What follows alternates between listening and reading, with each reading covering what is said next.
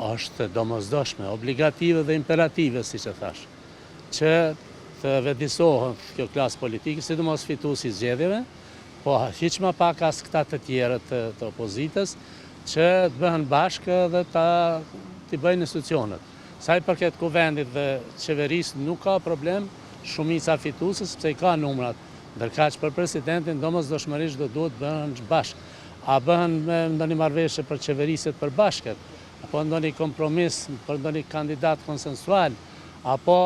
varianti tretë që është po ashtu edhe obligimi çdo deputeti nga kushtetuta që t'i formojë institucionet, që edhe partive politike obligimi tyre pra që ta votojnë, shkojnë të marrin pjesë në zgjedhje kur caktohet, edhe kur caktohet zgjedhja presidentit apo presidentes dhe ta votojnë, të jenë të pranishëm, të votojnë për kundër ose abstenim, mirë po ta mundsojnë formimin e institucionit, këtë rast institucionit të presidentit. Sepse fundit edhe ky është një obligim kushtetues, gjithsesi i gjykatës kushtetuese, e cila më herët në 2 raste ka kërkuar dhe ka vendosur, e vendimi i saj është pjesë përbërëse e kushtetutës, tashmë që duhet zbatohet si e tillë, si pjesë e kushtetutës, që deputetet janë të detyruar të marrin pjesë në seancë dhe të votojnë për kundër, pra të rinë, të qëndrojnë në seancë, çdo seancë në kuvend, në këtë rast edhe për zgjedhjen e presidentit, dhe të votojnë për kundër ose abstenim, pra rrjedhimisht të mundsojnë zgjedhjen e presidentit. Për presidentin, jo lëvizja vetëvendose, ajo çka thotë është e parëndësishme, po është politike, është diçka dezirabile, është e dëshirueshme e tyre, por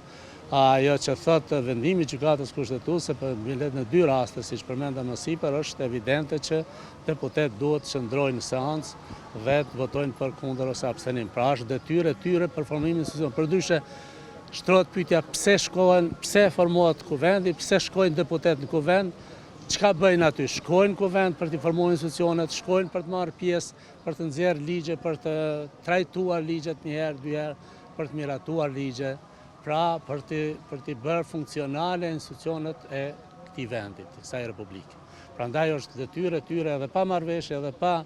ndonjë kompromis për ndonjë kandidat konsensual, që thjesht i bëjnë institucionet, pra partitë politike dhe vetë deputetë, secili veç 120 prej tyre, kanë për detyrë që ti mundsojnë formimin e institucionit, në këtë rast edhe zgjedhjes së presidentit.